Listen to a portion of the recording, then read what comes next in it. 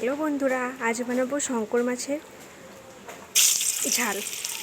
তাই প্রথমে তেল গরম করে নিয়ে শঙ্কর মাছগুলো তুলে দেব। শঙ্কর মাছগুলো ভাজা হয়ে গেলে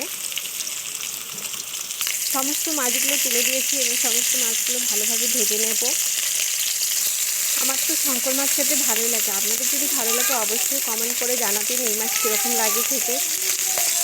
যেহেতু আমি একার মতো রান্না করব, তাই ফ্রিজ থেকে একার জন্যই মাছ বার করে নিয়েছি। দেখো বন্ধুরা, মাছগুলো ভালোভাবে ভাজা হয়ে গেছে। এবার মাছগুলোকে তুলে নেব। এবারে ওই তেলের মধ্যে আলুগুলোকে ভালোভাবে তুলে দেব। আলুগুলো তোলা হয়ে গেলে ভালোভাবে ভেজে নেব। দেখো বন্ধুরা, আলুটা ভাজা হয়ে গেছে। এবার আলুটা তুলে নেব। এবার পেঁয়াজ তুলে দেবো। পেঁয়াজগুলো ভালোভাবে ভাজা হয়ে গেলে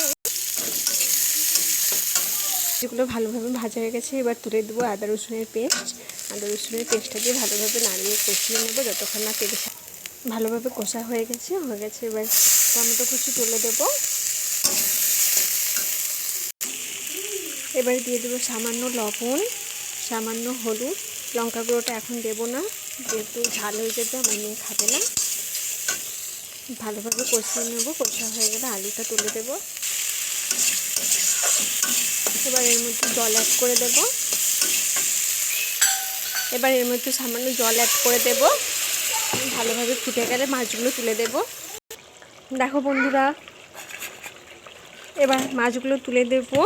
মাছগুলো ভালোভাবে ফুটে গেলে তরকারিটা নামিয়ে নেব। হয়ে গেল আমার শঙ্কর মাছের ঝাল। তোমরা এইভাবে বাড়িতে বানিয়ে খেয়ে দেখবেন কেমন লাগেছে। অবশ্যই কমেন্ট, লাইক এবং সাবস্ক্রাইব করতে ভুলবেন না। দেখো বন্ধুরা, শঙ্কর মাছের এই রেসিপিটা নামিয়ে নিয়েছি, কত সুন্দর লাগছে। এবার এর মধ্যে দিয়ে দেবো জিরে গুঁড়ো অ্যাড করে দেবো। আবার হয়ে গেল আমার রেসিপিটা কমপ্লিট।